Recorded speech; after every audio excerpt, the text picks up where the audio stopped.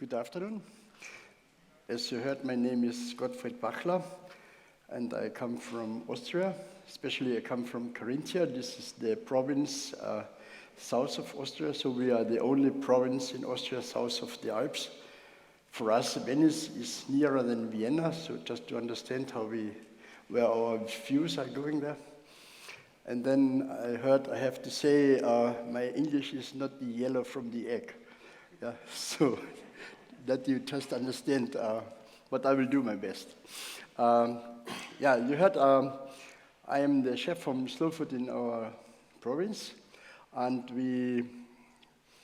my wife and me, we are members of Slow Food from the beginning. So when Slow Food was founded, 1989, 2 weeks later we became members. We have the member cards 1 and 2 in Austria, and Carlo Petrini, the founder of Slow Food, is a big friend of us. And why do we stay so long time and so enthusiastic on Slow Food? We are sure it's one of these ideas what can make the world a little bit better. The thing of Slow Food is not that we will teach you or that we want to say what you have to do. We want to give you a helping hand if you need some help to come on this way, to join us. We invite all of you to come to this family of Slow Food. Slow Food today is existing in 180 countries in the world. And it is situated in Bra. It's a little town south from Torino in the Piedmont in Italy, and where Carlo Petrini was born. And there is also our university in Pollenzo. We have an international University of Gastronomic Sciences, so it's called. Actually, there are 420 students from 92 countries of the world, and you can learn all about eating, drinking, but on the base, from the base up. It's very, very requested, and we are very proud that it works in this way. So then in Caríntia, there was a group of really crazy people, and I always say you have to be crazy to change the world. The normal did not change it. And so it was a very good thing that these guys met together, and then they found the first slow travel destination. And so this we will declare you beside. And now so we are going on and working on, and I think thanks to all the people I heard today talking, I always thought they have written our papers, how Slow Food is working. We found so many things what we are doing in this way. So that's the way I want to say one sentence, very important for me and the work what we do. Slow food is not an attitude. No, excuse me. Slow food is an attitude. It is not a marketing gimmick. So then I want to show you the people who will talk to you. The first is Christian Tamika. He is my working with me. He's the project manager, and he's. I think I do not have so many hands what he can be on my right, left hand. So, and then we have Sarisher Mann.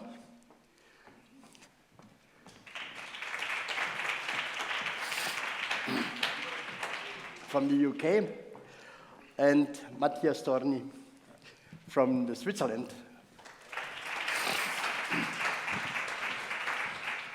So we decided to have it easier. We will have the whole speech what we give to you in English, so we have not so many things to translate. And as there's not too much time, I want to ask Christian to show you our project from Slow Food Caríntia. Thank you very much. Yes. Hola, good afternoon. So before I start the presentation, I have a question to you. Are you aware about slow food? Do you heard about slow food? Yes? Okay, so makes my life easier. So slow food is a global movement in already more than 160 countries in the world. And we have more than 1 million members already, and this is growing every day, every month, and which is good. And one of our main thing, the main focus of Slow Food is clean, good, and fair food. And today, we already heard in the morning about fair. Fair doesn't mean expensive or something like that. It has to be a fair price also from customers, from restaurants, from master chefs to the producers. And in the middle of Europe, you see Austria, and in the south, as you already mentioned, is Caríntia. So we are very close to the border to Slovenia and Italy.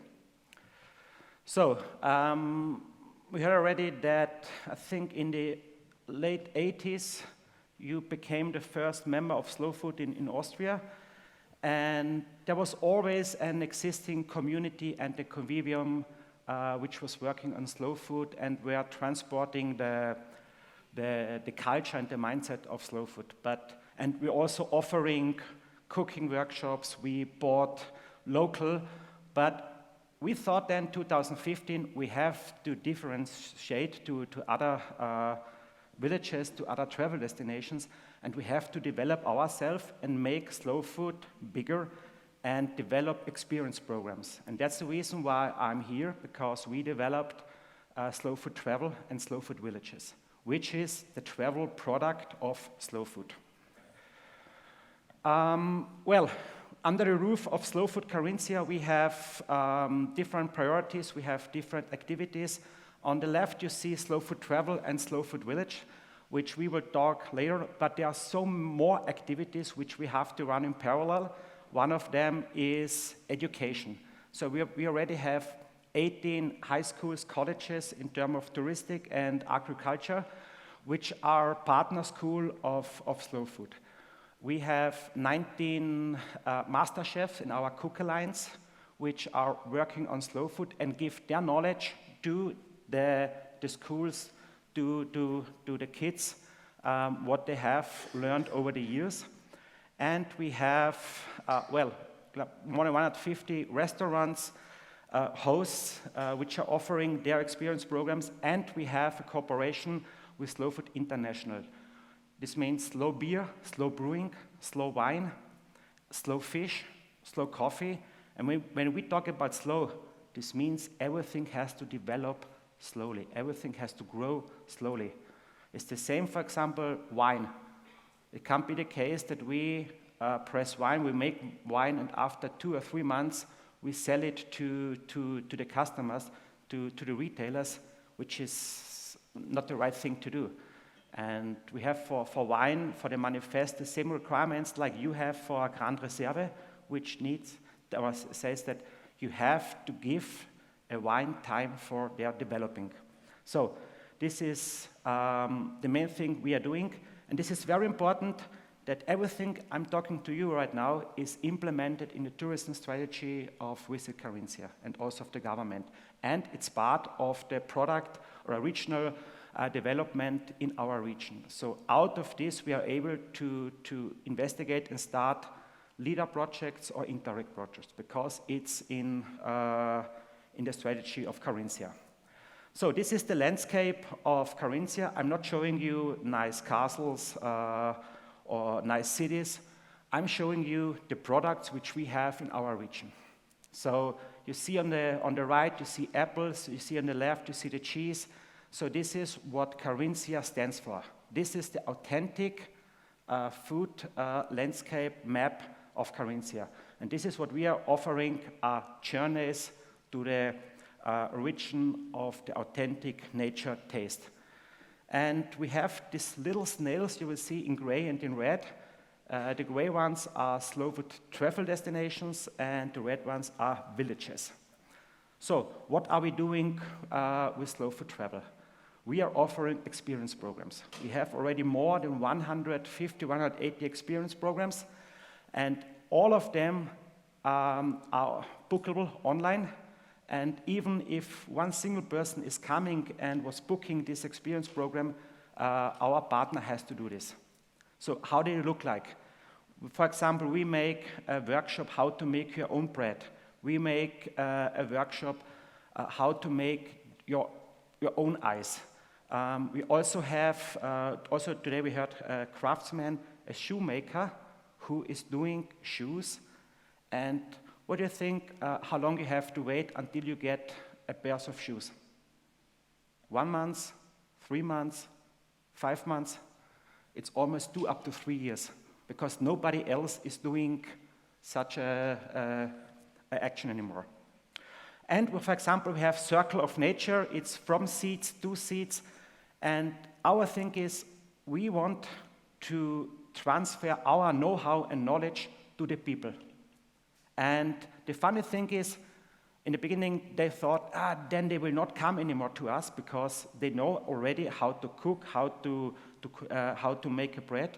But the funny thing is they are coming again because in different, for example, in autumn or in spring or in summer, because there we have to work with different kind of food, with other foods. And they are coming and coming again. Important is also we have external audits. So we are checking the invoices, for example, of the farmers, producers, and also of the restaurants, because everything has to be produced local, and we want to know how this was produced.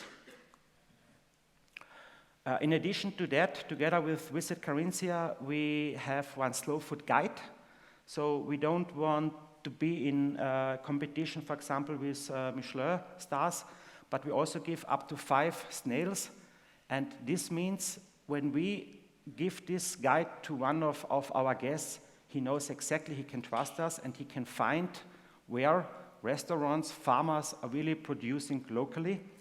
And the maximum of snails you can achieve is 5. But this means everything has to be done local. Everything, for example, the bread has to be done by the restaurant chef itself. The meat, everything has to come from them. And we also have the principle from nose to tail. This means it can't be the case that you just buy the prime parts of, for example, of a cow. You have to use the whole cow and make out of it whatever you want. For example, sausages, then you have the shoulder, and this is where we think this is sustainability. And the next one is, when we talk about from nose to tail, I have here, it's called fertilizers. We have a very innovative young woman who is a farmer, and she is producing sheep, and she thought, what can I do with the wool? And now she, together with her neighbor, she is producing eco-pellets out of wool, which can be used now as a fertilizer, and going back in her field and in the fields, for example, in the wine gardens. So this is, we try to work together and think about sustainability. Oops, wrong button. So we heard about slow food travel, we heard about slow food experience program, but also important is for us slow food villages. So there is always, it's places of good living. It's, you need a community, you need private people who has the spirit and said, okay, we have to make a better place out of the village. And around this community, you need good, clean, authentic food makers, producers. They work together with the restaurants, they work together with the hotels, then also education, but in this case with ground school, with primary school, with kindergarten, that they go to the farmers and learn how to make an apple juice, for example, which is not common anymore. And we are creating marketplaces and farmer shops. So go away from the big grocery stores, so build up small, very small shops where farmers has the chance to sell their products in the village. And of course, everybody has to do one of the slow food experience programs. Last but not least, are there any Italians in the audience? Okay, I have to say thank you because you gave us the award for the best food travel destination 2023 because of slow food with the experience programs. And also sustainability in education is very important for us. You see the green snail because this means sustainability. This year we started with the first slow food academy in the Alps, where we exactly focus on transfer the knowledge, the know-how, which we had 1-2 generations in the past to the new generation. And at the MOT University in Klagenfurt, we have sustainability in tourism, which will start in October, this year. and slow food is one main part of that. So, thanks a lot, and it was a pleasure for me to give you a short introduction about Slow Food Caríntia. And if you're interested, just go on our website, slowfoodcarintia.com, and feel free to contact me. Thank you.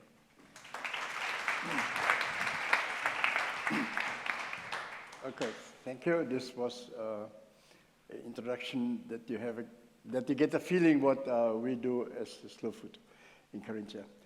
So we go on now to Mattia from the Swiss, and we were talking now 2 days together, very intensive, and we found out that we have the same brain. We are thinking in the same way. So I like always to say, if you want to understand what we are doing, you need a little bit of capacity between your ears. Yeah, so as more you have, it's easier you understand. It's yours.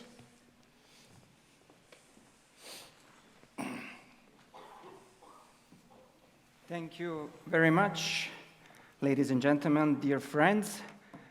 Gottfried, thank you very much. It's a great pleasure to be here, and a warm welcome for you here in the audience and also at home in streaming. It's a pleasure for me to give you a couple of insights on our vision of sustainability. And of course, you ask, where is Saas-Fee and why are you here, Mattia? Both questions are absolutely legit. Saas-Fee is in Switzerland. It's a little village at 1,800 meters, surrounded by 20 glaciers. And I'm here because we are happy to be Best Tourism Village in 2021, and we share this common thought with all the other villages all around the world. I would like to dig in with a short video, 1 minute. I hope that at the end of the video, the question it's not going to be, is this like an advertising pitch that you're doing? No, the idea is, or just when you watch this video, just keep in mind what Peter said this morning, what Herman said, and all the others, like nature is our capital, and that's what we want to show with this video. There is a place where adventure is at home.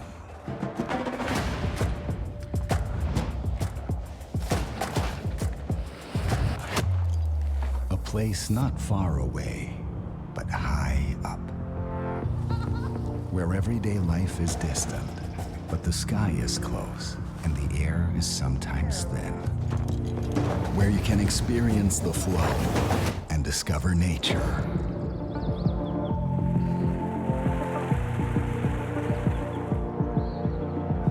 Where you challenge yourself and try new things.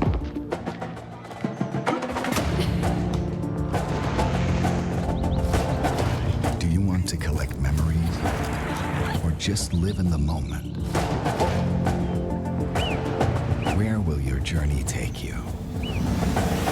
What will you experience this summer?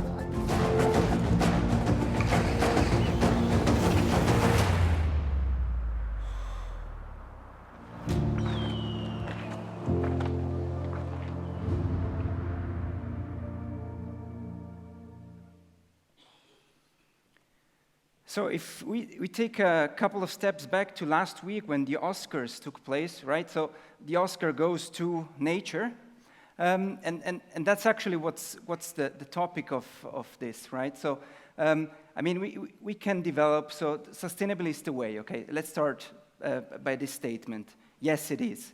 And why is it? Because of these pictures that you saw. And I mean, we're not unique. You saw a lot of very, very beautiful destinations through these 2 days of Congress. We are in a beautiful destination here in Andorra, so it's what makes you unique? You can answer it after a couple of more information. But what's important for us is that we really take care of nature, and that's why we put it in our strategy as in capital letters. Like what we say, and we try to do it, or say it like a mantra every time we talk to our partners and to other people working with us.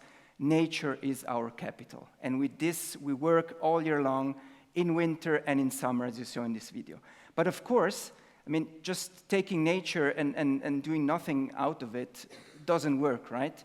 And that's why we really work towards this balance between environmental, economic, and social sustainability. And we do it with a lot of measures that we really put in place with our partners. I think Peter told this morning that, I mean, if you want to act alone, you're not going to make it, right? So it's important, and that's how we do it. And that's always the question, okay, nice words, thank you, Mattia, but how? How do you do it, or how do you try to do it? Because it's not always easy. In my opinion, the first and most important thing is shared will. I think it's in a movie, but you can fail as individual or prevail as a team, right? So and this happens also in sustainable development. If you're doing it alone, it's going to be really, really hard or even impossible. So in our destination, we are lucky enough to have a municipality of Saas-Fee that is really, really pushing forward on this topic. They became in 2012 Energy Town, and in 2022 with the Gold label, so it's the highest label in Europe for energy municipalities. And it's car-free. I mean, and it's not fake car-free. It's car-free ever since. The road was built in 1951, and in that year they decided, okay, no cars in the village, right? So from there on, they really started to be sustainable and to think in a sustainable way. But again, it's not enough. If you have the municipality and then tourism does something else, if you have cable car companies that have other ideas, it doesn't work. And that's why shared will, it's one of the basics. I told you just before, it's strategy-driven.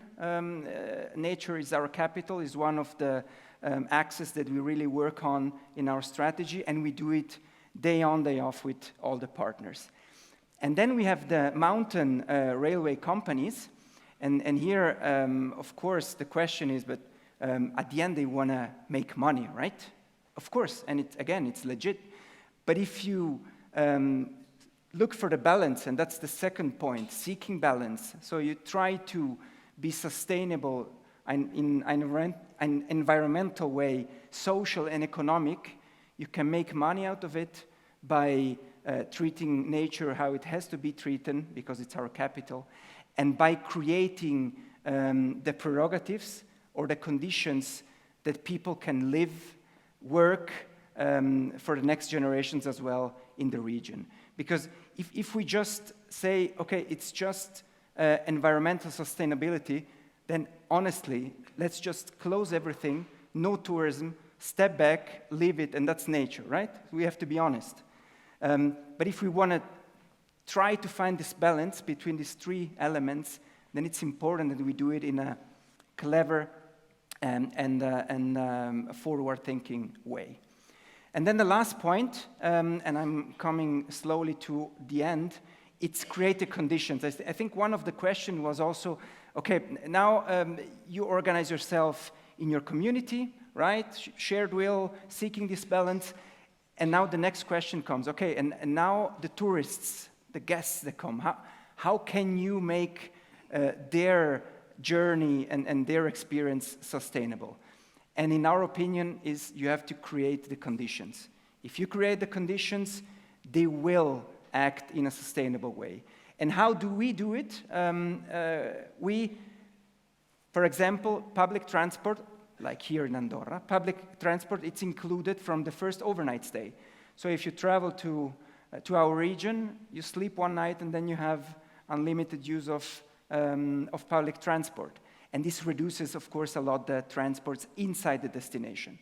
And on the other hand, and that's what we saw in the last 4 years, a lot of people now decide to travel by public transport. Actually, I traveled by public transport from Switzerland to here. And why? Not just because I can show off and tell you now, but I looked how long does it take to go by train to Geneva, fly to Barcelona, and so on. And it took it would have taken me like 10 and a half hours. And by train, it was 14 and a half hours.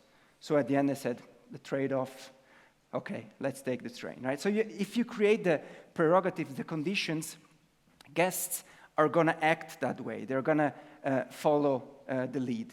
We have also a new e-bus concept. That's the next step we took this year. We said, okay, public transport is included, but how do you move around? And now we have 6 new generation e-buses that go in a 7.5-minute rhythm in all the destination. And you saw really how many people just switched from individual transport to public transport thanks to this measure. So shared will, seeking balance, and create the conditions.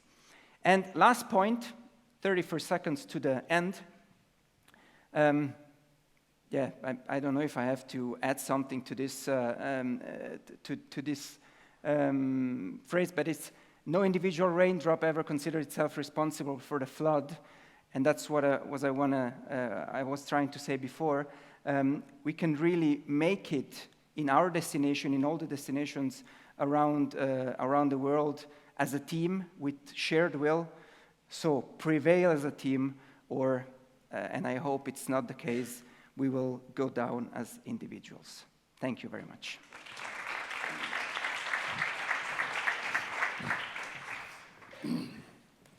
So,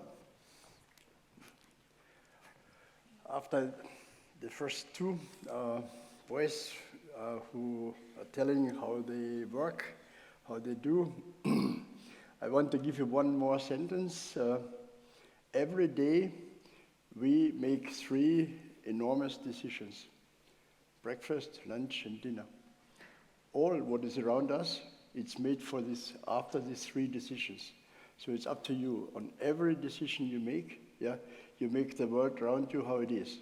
So this is, and this will give me the bridge to sustainability, because if this word has a face, then it is, she's here with us. This is the face, it's Sarisher, Mann. It's your stage.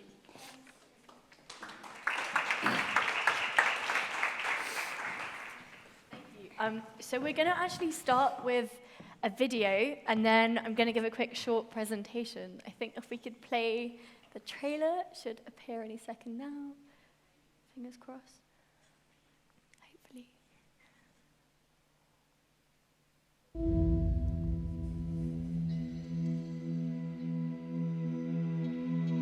Much of what we're seeing today is changes that were projected to happen, say, mid-century or even in 100 years' time, and yet are happening within the last 10 years. I was here in 2014, walking significantly higher where the ice level was, and now it's all the way back there. You can't even see any ice here. It's completely gone. 84% of plant and animal species in mountains are at risk of extinction. We know first that some species are really fragile, are endangered. It's the first steps in understanding and wanting to protect it. Is that we're just part of something bigger than us. My name is Sarisher Mann, and I'm here to show you the Green Mountain Pioneers. That's across government and policy, innovation in communities and industry, and scientists that are trying to study and understand this issue.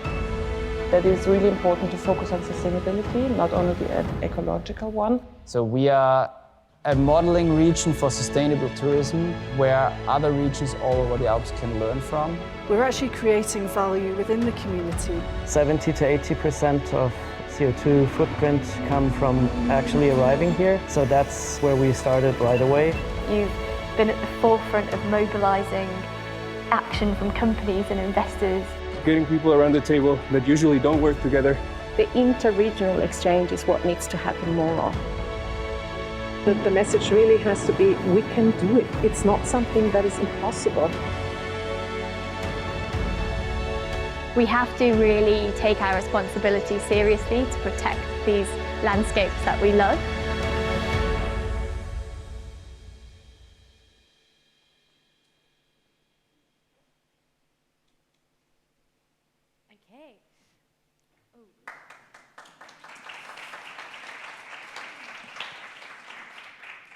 Okay, so hi everyone, I'm Sarisher. I've joined you from London today. I did fly here, just caveat, but I am taking the train back, so congrats Mattia on that. So what is SATI? Who am I? So basically, I founded this project called the Sustainable Alpine Tourism Initiative in 2018. So at the time, I was working in sustainable finance and still do. I have a full-time job. And outside of work, I just thought I want to do something more. And so I started a research master's in sustainability leadership at the University of Cambridge.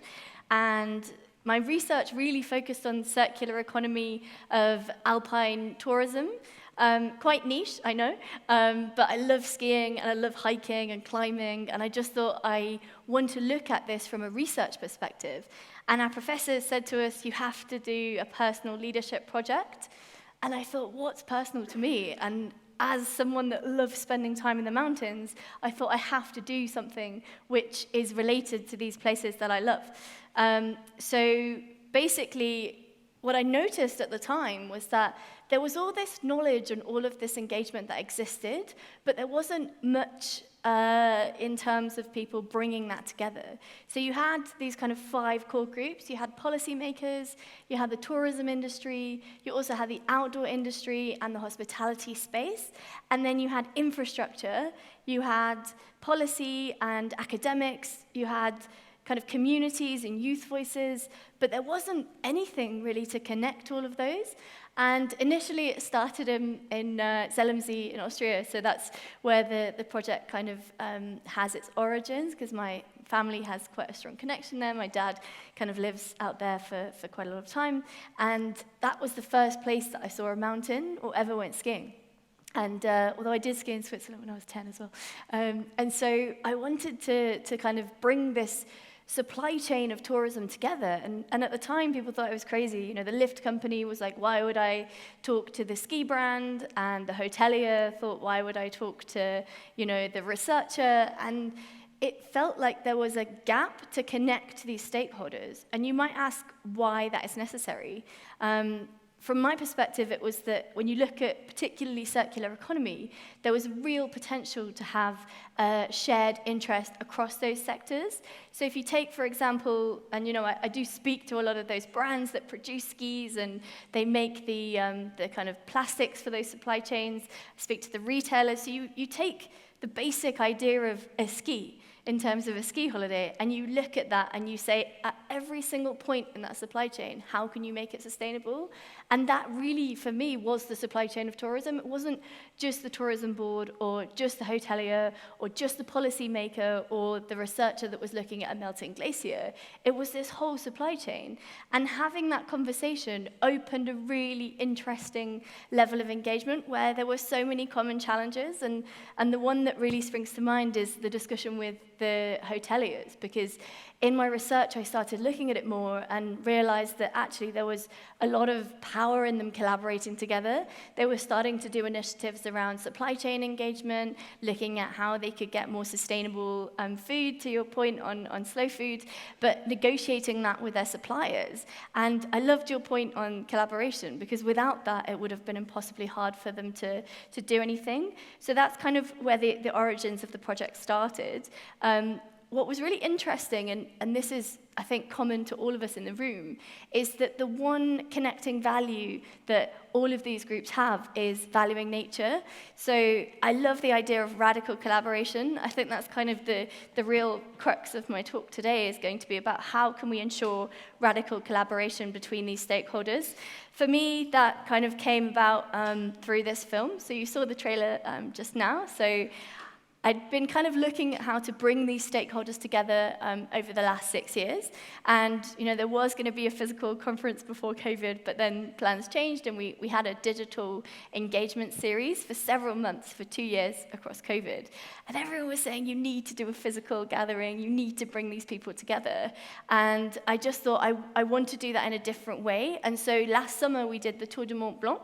And at every point in the trek, which is around the Alps, different sustainability leaders joined. And we had such an amazing group of people, from policy to mountain research. In the film you saw in the trailer, Carolina Adler was sat on a rock, and she wrote the mountain chapter for the IPCC report, and her knowledge in terms of adaptation and looking at solutions on adaptation is so useful to then connect across to people that are tourism leaders in the resorts running these tourism boards. And so on the trek, we got this amazing collaboration between that community of scientists and people that were kind of activists in the space, and then people that are in the industry of tourism. And I think there's such a strong value in that collaboration. And I think for me, it comes to a mindset piece. This radical collaboration can lead to such interesting outcomes. At the moment, we showed the film in Austria in January. It premiered at COP28 in Dubai. And what was interesting is that people found common problems that they needed to share. So for example, there's a project, and it'll be on the screen in a second, called the Reaction Collective. And Reaction is a group of organizations that are taking waste from the ski industry, so all of the ski jackets that instructors wear and all of that gear that is clothing, and then they upcycle it. So they repair it, they patch it over, they put cool new designs, and then suddenly you've got what would have been a North Face jacket in landfill being worn on the mountain, and 90% of their gear is getting back on the mountain. That has 3 core sustainability principles. One is environmental, obviously, but critically, and Mattia, you talked about this, the social side of that is amazing. You know, then they're able to, through a community hub now in Bozelno-Courchevel, employ people within the local community to do that repair work. And they've got repair workshops, they've got repair cafes, and critically, economically, those people are also empowered because it creates a sense of community that can then lead to more action in terms of local solutions. This whole project came about with the film because I was really frustrated by the narrative in the media around climate change.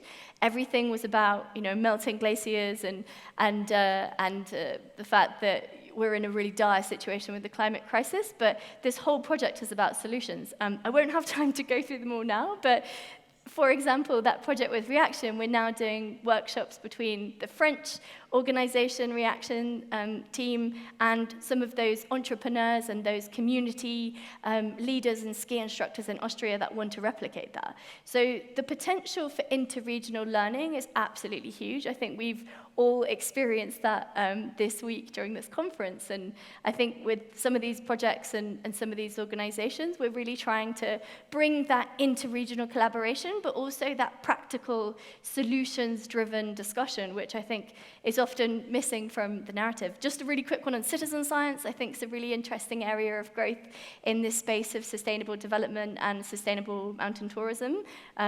There's an organization called Saas-Fee Trails in the UK, which is kind of doing a lot of work around cleaning up the mountain, but then putting all of that data into the UN Plastics Treaty and looking at how you can engage on citizen science there. So yeah, I won't talk too much more about these projects. They're all on the website, so feel free to have a look and connect across as well.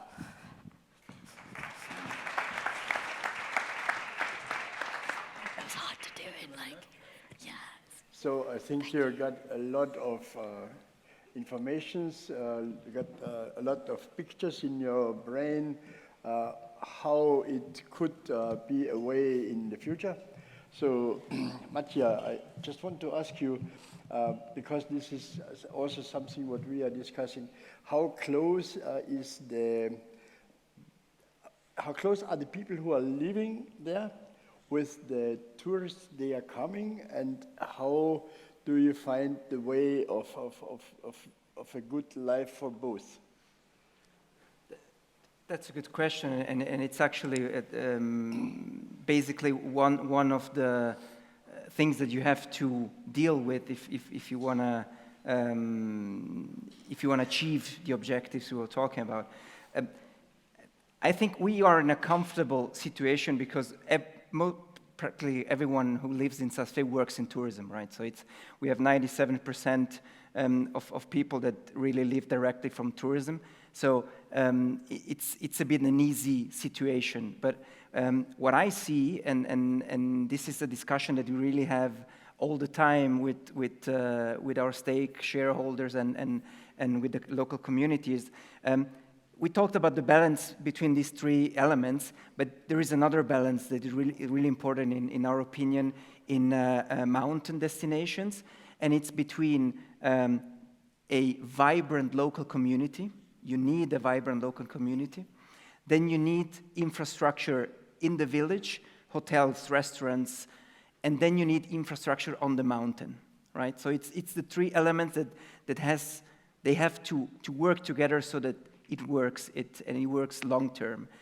And the question is, how do you do it that the local communities really feels it? And we create moments of encounter between tourists, guests, and locals. For example, every year there are many events where we really invite both groups, and they share ideas and they discuss, and sometimes it gets a little bit tense, of course, how it has to be in a dialogue. But it's in these moments where they can discuss, they can figure out ways, because at the end, the local is the first guest, right? So if the local feels welcome and feels at ease, the guest is going to feel the same. So, but if the guest doesn't feel that he's welcome, then the next problem comes. So it's steps one after the other, and at the end it's dialogue again, together discussing, finding solutions. Okay, thank you. I think this is more and more important. So we heard it today also how this balance is possible, especially when you have something like over-tourism even just in a moment. So we decided to go this way with the schools. So now we have, in a small country of 600,000 people, we have 18 schools. So in every school we have minimum one teacher who is responsible for slow food activities, and every school has to make 2 activities under the base of slow food. So one of our cooks has to work with the school and the school by side. So and after some years of doing it, we feel that the problem of bringing people in our business gets easier and easier, because these young people, they are in their mindset ready to take it, and they are proud. I think this is one of the big problems. We must bring the proudness back to our work. Yeah, the last 20, 30 years, we were always a little bit hidden that we are in a bad job, in a bad business, in a bad whatever it is, and we did not answer it. And I think the answer is emotion. Yeah. So if we reach this point that it's emotional for both of us on all these sides, then we all are satisfied. And also, just to say it, you cannot eat money. So I think to be satisfied, to be proud of the work what you're doing, and you are proud in the village what you are working together with the other people, I think this gives you much more life quality than you believe.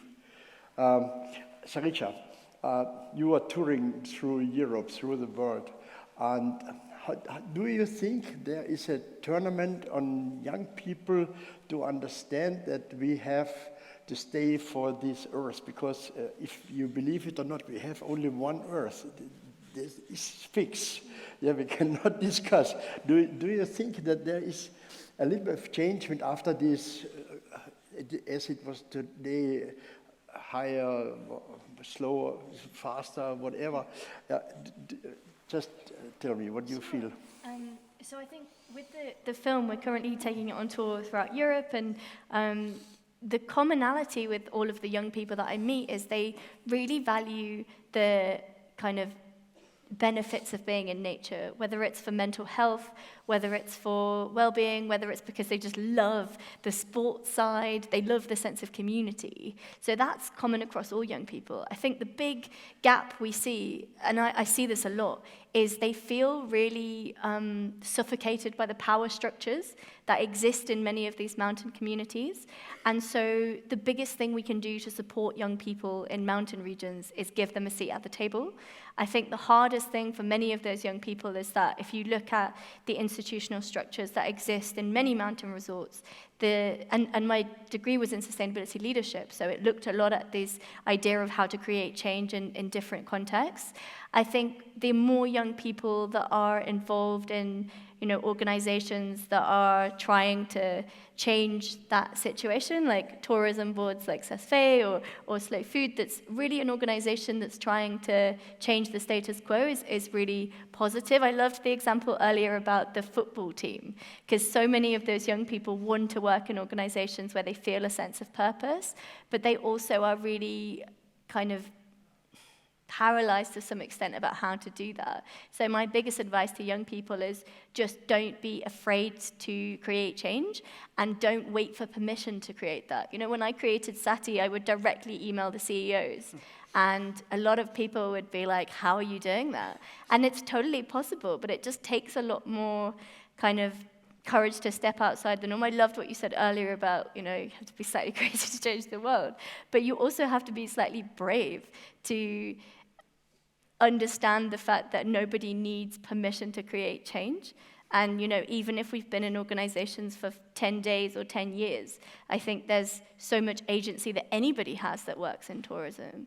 Whatever your role is as the CEO of a lift company versus, a chef in a restaurant versus a student in a tourism school, every single one of those stakeholders involved in that space can have an impact at any age, really.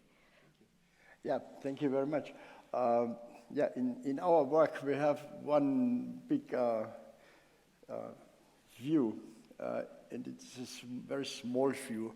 For me, the smallest done thing, is enormous more worth than the biggest discussion about something. So, and when we stay on this way, then you will find out. So, Christian, he's working with us a little bit more than a year, and we got a new drive with him because he is more professional than me. You see, I'm just moderating. And so I just want to ask Christian, after 1 year working in these crazy groups, and all in our group are artists, and they know everything, and it's so easy to work with. I think you all know how it is. Christian, what do you think, how will be our way in the nearer or longer future to make clear that the things what we are talking about are totally normal? It's crazy. We are talking about things. We're talking about good food. We live, all our body is living from good food, and we have to talk about this. This is a really crazy situation if you think it over. But just a question to Christian. What do you think? What is the way we will take? Very easy. Just do good things and talk about that. And I think that's the only way we can do it. And I think you already mentioned that's the reason why we developed slow food villages, because these are for our local people. This is the main important thing, that they have some opportunities.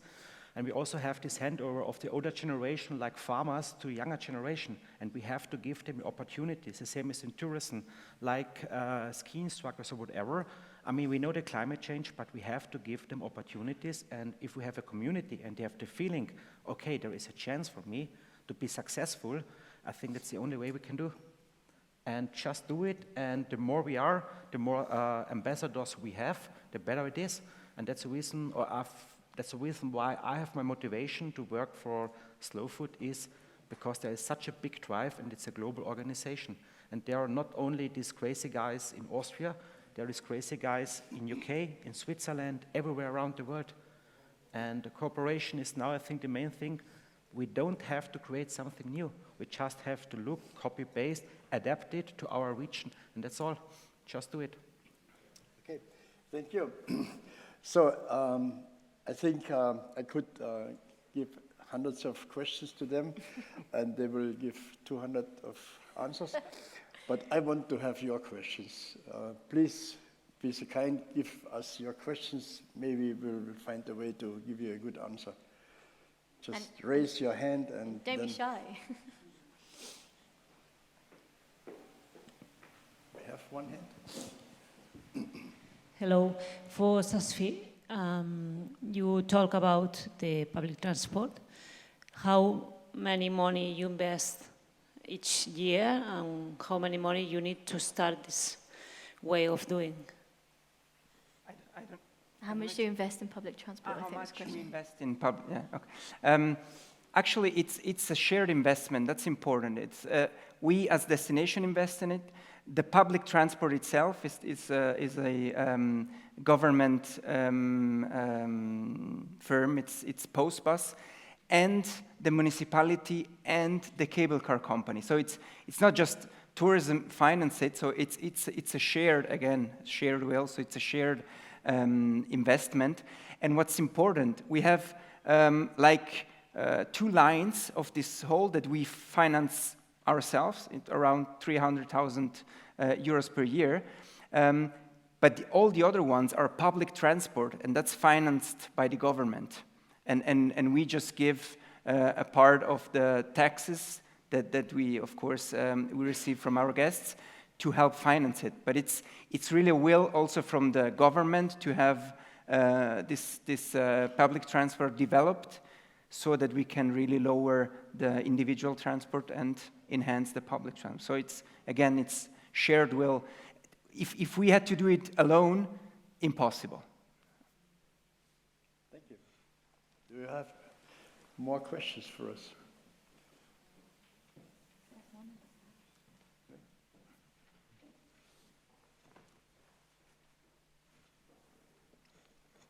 So till the lady will arrive to be able to give us the question, I will tell you, I want to invite you to become an ambassador of slow food. It's very easy. You just go on slowfood.com international. You can get a member. You can make your activities. Everybody is welcome because this is a project. This is sometimes it's an answer for things. Sometimes these are answers not everybody wants to hear, because maybe sometimes you have to change a little bit in your life. But the satisfaction what will arrive later is more than you believe. Please. Thank you for letting me speak. I would like to know how far your stretch is in Europe with regards to the slow food movement. Do you go to Central Europe? Are you involved in? Of course we do. Slow food is already. We have an office at the European Parliament, so we are already there. We are present in every country in Europe, so even Switzerland, Germany. We also have a cooperation with Slow Food Travel Valleys, so there's also a travel destination. And we got asked from the European Union to build up an office at the European Union to be a valid player in terms of sustainability and food.